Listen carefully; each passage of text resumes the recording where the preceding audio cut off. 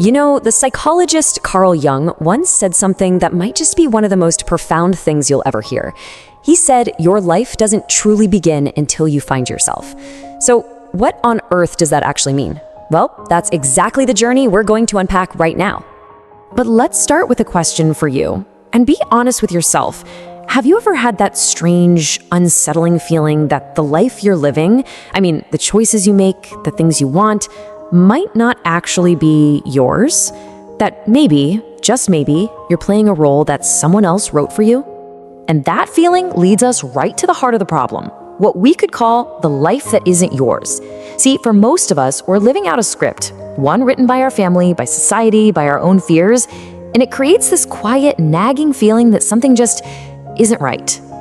Carl Jung, who was a true pioneer in understanding the depths of the human mind, saw this so clearly.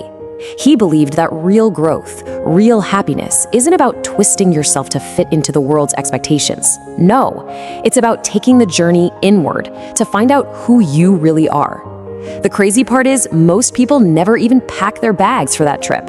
Okay, so to really get this, we need to peel back the first layer of our inner world, and Jung gave us these two incredible ideas that perfectly explain this inner tug of war, the mask we wear for the world and the shadow we try to hide. First up, there's the persona. Think of it as your social media profile, but for real life. It's the mask we all start building as kids. We learn pretty fast what parts of us get applause and what parts get us into trouble. Don't be so loud, boys don't cry. So we adapt. We build this polished, acceptable version of ourselves to fit in and get by. And on the flip side of that mask, you have the shadow. The shadow is basically the storage locker for everything we had to hide to make our persona look good. It's got all our fears, our secret desires, our insecurities. But here's the kicker. It also holds our greatest hidden strengths and our untapped potential. And just because you've locked it away doesn't mean it's gone. Oh no, it's down there, running the show from behind the scenes. This really breaks it down, doesn't it? The persona is what we knowingly show people. The shadow is the secret influencer working away in our subconscious. And here's the real danger Jung warned us about. When we get so good at wearing the mask that we forget it's a mask, we start to believe that's who we are. And that's when we completely lose touch with our real selves. So what happens to all that stuff we've rejected? Well, it comes out as projection. Have you ever met someone and just been intensely annoyed by them for no good reason? Jung would say that very often what you're seeing is a piece of your own shadow staring back at you.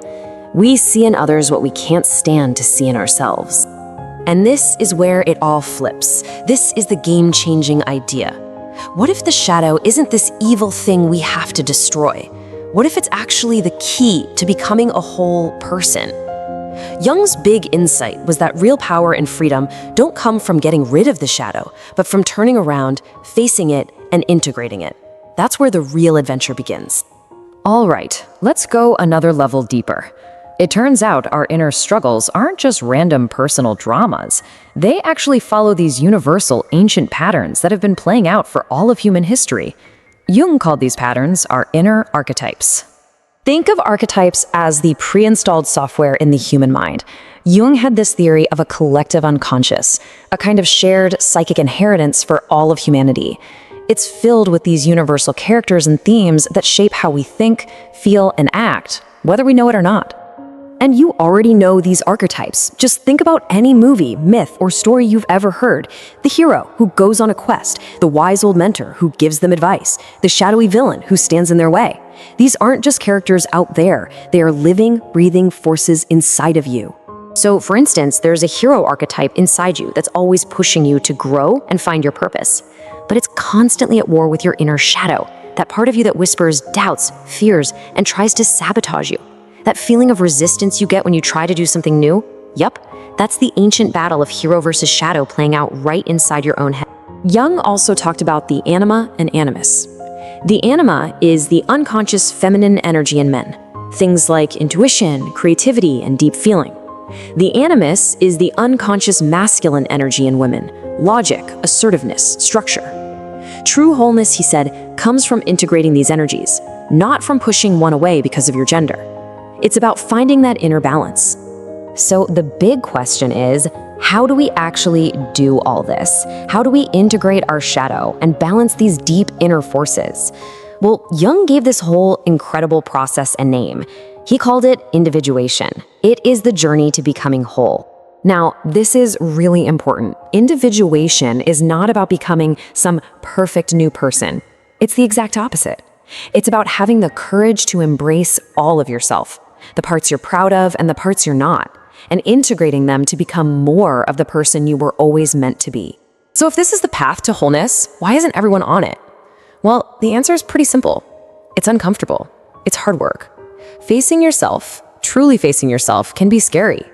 So what do? We distract ourselves.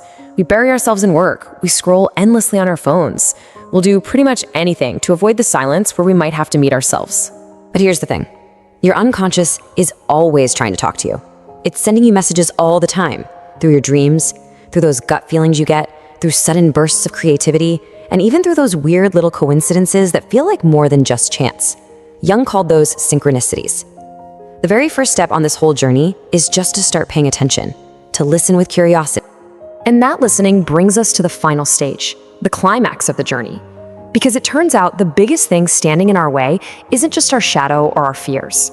It's the entire idea we have about who we are. It's confronting the illusion of the self. See, that little voice in your head, what Jung called the ego, loves to tell you a story. It says, this is who I am, this is my personality, I am separate and limited. But Jung believed our true self is so much bigger than that. It's vast, it's connected, it's not a fixed thing at all. The person you think you are is just one small chapter in a much, much larger book. So, how do we get beyond that small, limited ego? It's a lifelong practice, really, but it starts with a few key things. It's about embracing the unknown parts of yourself. It's about letting go of your tight grip on labels, like your job title or your past mistakes. You have to keep listening to that deeper wisdom. And finally, and this is the hardest part for most of us, you have to surrender. You can't force this. It's a process of unfolding. And when you do that, you arrive at the most beautiful realization of all. You were never broken. You were never lost.